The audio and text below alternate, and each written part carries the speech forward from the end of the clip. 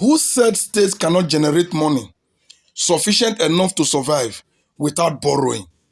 Who said nations cannot generate money to survive, to service themselves without borrowing? This has been the case of the Nigerian state. Nigeria as a nation. The country keep borrowing, the state keep borrowing, and at the end of the day, you imagine if we really can't survive without borrowing. But now I know we can actually survive without borrowing. Just look at the news above me now.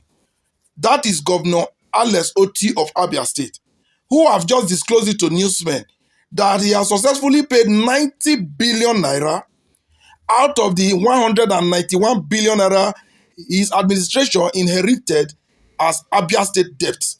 He has paid 90 billion naira without borrowing, which means within the IGRO and all the resources within Abia State, he was able to raise 90 billion naira to pay this debt without borrowing. But yet, our leaders, who are Olodo in their upstairs, when I mean Olodo, economic Olodo, they don't know how to generate revenue. All they know how to do is to borrow. And when they borrow, they share, and I don't get it. How can a state or a nation depend on borrowing to survive? See, Alex Otti has proven it again that you can survive without borrowing. And that is quite obvious. As long as you are willing not to steal. Because the only reason why these people find it difficult to make do of the resources we generate is because they steal a whole lot.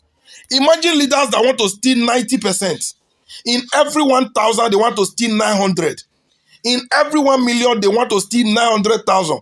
So the IGRO will never be enough. Rather, they resort to external borrowing. They should learn from Alex now. Do country like China borrow? Do country like the United States borrow? Who is Russia borrowing from? These are countries that make do with what they generate. And for goodness sake, Nigeria have more natural mineral resources than these countries. And we keep borrowing because we have leaders whose heads are empty and their minds are dirty. Stealing mind and empty head. That is just it. As long as you have leaders that are willing to steal little or not at all, your IGRO should be able to sustain you without borrowing. It is that simple. But all this one we have here that does not have economic, as far as economic matters is concerned, they are empty upstairs.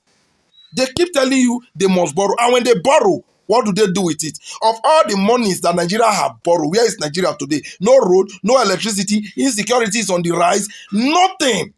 And they still keep borrowing. May borrowing kill una head there. You can't even service your country from what you generate. There are a whole lot of potentials within the country. But because these people are economically dullard, they don't even know. Now they have resorted to taxation. They want to tax the citizens to death.